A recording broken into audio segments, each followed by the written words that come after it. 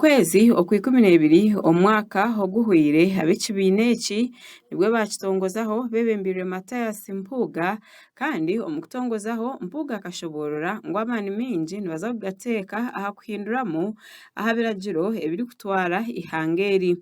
When you go out there, speak against pettiness, speak against divisionism, speak about self-interest, speak against the kind of spirit that has killed our struggle for the last 4 years. Erizoba Mpuuga yagaruka yagambira abanya-Uganda ngo nibaza kuhika ahabigendererwa ebibaraganise abanya-Uganda. Mubadde balungi nnyo tuyambako okutuuka eri eggwanga okutuusa ebyo ebirungi bitukoze, ebyo tukayaniddemu n'ebyo byetannaba kukaanyaako. Mpuuga niho yihirira akashoborora aha kukora empindahinduka omu biragiro ebiri kukwata aha by'okukozesa omu karuuru leero ihanga likabasa kutereera. Ekiseera kituuse buli alowooza nti eggwanga lino liri mu kutambulira mu muwaatu omukyamu okusitula eddoboozi ku nsonga omukaaga zetwalambikanga Democratic Alliance. Esooka okulaba nti wabeerawo ennongoosereza Sseddugge oba Namutaayiika mu ssemateeka mu mateeka agafuga ebyokulonda ate n'okubeerawo enteekateeka ennuŋŋamu mu ngeri obukulembeze gye busobola okuva ku guruupu emu ne bugenda ku guruupu endala gye twayita political transition. Ogunagira ngo kwenda kukora omulimo omurungi bine kukwatanisa n'ebibiina ebitari bimwe na bimwe ebitongole bya gavumenti eby'obuhangwa hamwe n'okureeba ngu abanyamadiini nabo babeegitaho leero kibahwere okuhika abigendererwa ebibagenderiire. Ensonga zino tulowooza nti nkulu nga DA ze tulina okwogerako ne bannaffe bonna abava mu bibiina ebyenjawulo abatalina bibiina abataka abakulu mu ggwanga lino mu bitundu byonna eby'eggwanga kubanga lino eggwanga lyabwe. Ekyo kigenda kubeera kikulu nnyo mu mwaka guno gwe tutandise era nga bwe twasuubiza ebibiina ebisinga tubiwandiikidde, ebibiina eby'obwannakyewa tuwandiikidde institutions ez'ennono abatannaba kufuna amabaluwa gaabwe lwakuba ndi babadde mu Uganda ne batandise okudda. Tulowooza nti mu sabbiiti ey'okubiri y'omwezi guno tujja kuba tusobola okuwa eggwanga ekifaananyi ekituufu. Ab'ekibiina ekya Democratic Alliance nibagira ngu nibenda ngu habeho okuteera akaruuru ok'omutaano okwebuuza abanya-Uganda aha nshonga ezitari zimwe na zimwe ezibatwire barindiriire okumara obwire buringwa omu ihanga eri. Tujja kuba n'akalulu nga buli omu alina omukisa okukeetabamu ate nga tewali akeetabyemu ng'agenda agamba nti okugenda ngenda naye era manyi sijja kukola ki, sijja kuwangula oba sirina mukisa. Ekyokusatu okuteekawo enkola ekakasa bannayuganda nti wajja kubeerawo emirembe akalulu nga kawedde ate nga n'obuyinza bukyuse. Mpuuga yarabura bataahi be abari omu bibiina ebikuhabura gavumenti obutateeka maani mingi omu kwenda kwejumbira omu karuuru ak'omwaka oguri kwija akari kuza kushana n'akahwire hamwe na n'obururu obwize nibubaho omu myaka emingi hari kugira ngo bashemereire kuta amaani omu kureeba ngu bahindura ebiragiro leero habase kubaho empinduka. Si kya bwenkanya mu mbeera gye tulimu ne gye tuyiseemu mu bbanga ssidene ne gye twayitamu nga tukyalina n'abantu abalina ebiwundu n'abaabulawo mu kalulu akaggwa okugamba nti twayambadde adde engatto tugende mu kaddako. Sirowooza nti kikolwa kyakumanya kyakukola, si kikolwa kya bumanyi mu byobufuzi. Kyeva ŋŋamba nti abo abayagolodde essuuti batuufu bagolole naye njala balabula nti bayinza okufaanana nga bagenze okukola omukolo batawuliriza kubagamba nti mutte ku bigere bugubugu si muliro, mutte ku bigere tusooke twogere ku mbeera gye mugenderamu mu kwetaba mu kulonda. Embeera gye mugendamu nkulu nnyo n'okusinga akalulu kennyini.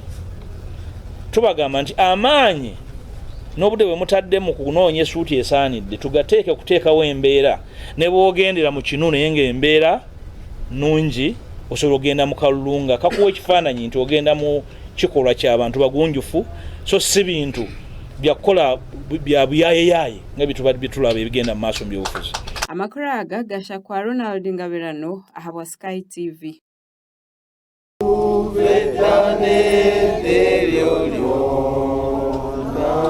Omukwezi okwi12 omwaka oguhwire ab'ekibiina nibwe bakitongozaho bebembirwe Mathias Mpuuga kandi omukutongozaho Mpuuga akashoborora ngo amaani mingi nibaza kugateeka aha kuhinduramu aha biragiro ebiri kutwara ihangeri. When you go out there, speak against pettiness, speak against divisionism, speak about self-interest, speak against the kind of spirit that has killed our struggle for the last 4 years. Elizoba Mpuuga yagaruka yagambira abanya-Uganda ngo nibaza kuhika ahabigendererwa ebibaraganise abanya-Uganda. Mubadde balungi nnyo tuyamba kutuuka eri eggwanga okutuusa ebyo ebirungi bitukoze, ebyo tukayaniddemu n'ebyo byetanaba kukaanyaako.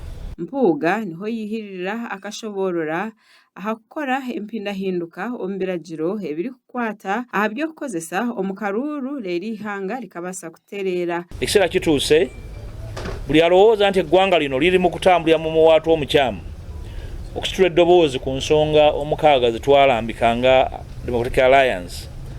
Esooka okulaba nti wabeerawo ennongosereza Sseddugge oba Namutaayiika mu ssemateeka mu mateeka agafuga ebyokulonda ate n'okubeerawo enteekateeka ennungamu mu ngeri obukulembeze gye busobola okuva ku gurupu emu ne bugenda ku gurupu endala gye twayita political transition. Ogunagira ngo kwenda kukora omulimo omurungi binekwatanisa n'ebibiina ebitali bimwe na bimwe ebitongole bya gavumenti eby'obuhangwa ahamwe n'okureeba ngu abanyamadini nabo babeegitaho leero kibahwere okuhika abigendererwa ebibagenderiire. Ensonga zino tulowooza nti nkulu nga DA ze tulina okwogerako ne bannaffe bonna abava mu bibiina ebyenjawulo abatalina bibiina abataka abakulu mu ggwanga lino mu bitundu byonna eby'eggwanga kubanga lino eggwanga lyabwe. Ekyo kigenda kubeera kikulu nnyo mu mwaka guno gwe tutandise era nga bwe twasuubiza ebibiina ebisinga tubiwandiikidde, ebibiina eby'obwannakyewa tuwandiikidde institutions ez'ennono abatannaba kufuna amabaluwa gaabwe lwakuba nti babadde mu Uganda ne batandisa okudda. Tulowooza nti mu sabbiiti ey'okubiri y'omwezi guno tujja kuba tusobola okuwa eggwanga ekifaananyi ekituufu. Ab'ekibiina ekya Democratic Alliance nibagira ngu nibenda ngu habeho okuteera karuuru okw'omutaano okwebuuza abanya-Uganda aha nshonga ezitali zimwe na zimwe ezibatwire balindiriire okumara obwire buringwa omu ihanga eri. Tujja kuba n'akalulu nga buli omu alina omukisa okukeetabamu ate nga tewali akeetabyemu ng'agenda agamba nti ogenda ngenda naye era manyi sijja kukola ki, sijja kuwangula oba sirina mukisa. Ekyokusatu okuteekawo enkola ekakasa bannayuganda nti wajja kubeerawo emirembe akalulu nga kawedde ate nga n'obuyinza bukyuse. Mpuuga yarabura bataahi be abari omu bibiina ebikuhabura gavumenti obutateeka amaani mingi omu kwenda kwejumbira omu karuuru ak'omwaka oguri kwija akari kuza kushana n'akahwire hamwe na n'obururu obwize nibubaho omu myaka emingi hari kugira ngu bashemereire kuta amaani omu kureeba ngu bahindura ebiragiro leero habase kubaho empinduka. Si kya bwenkanya mu mbeera gye tulimu ne gye tuyiseemu mu bbanga ssidene ne gye twayitamu nga tukyalina n'abantu abalina ebiwundu n'abaabulawo mu kalulu akaggwa okugamba nti twayambadde adde engatto tugende mu kaddako. Ndoza sirowooza nti kikolwa kyakumanya kyakukola, si kikolwa kya bumanyi mu byobufuzi. Kyeva ngamba nti abo abayagolodde essuuti batuufu bagolole naye njala balabula nti bayinza okufaanana nga bagenza okukola omukolo batawuliriza kubagamba nti mutte ku bigere bugubugu si muliro, mutte ku bigere tusooke twogere ku mbeera gye mugenderamu mu kwetaba mu kulonda. Embeera gye mugendamu nkulu nnyo n'okusinga akalulu kennyini. Tubagamba nti amaanyi n'obudde bwe mutadde mu kunoonya essuuti esaanidde tugateeke okuteekawo embeera ne bw'ogendera mu kinu naye ng'embeera nnungi osobola ogenda mu kalulu nga kakuwa ekifaananyi nti ogenda mu kikolwa ky'abantu bagunjufu, so si bintu byakukola bya buyayeyaye nga bitulaba ebigenda mu maaso mu byobufuzi. Amakuru aga gasha kwa Ronald Ngabirano ahabwa Sky TV.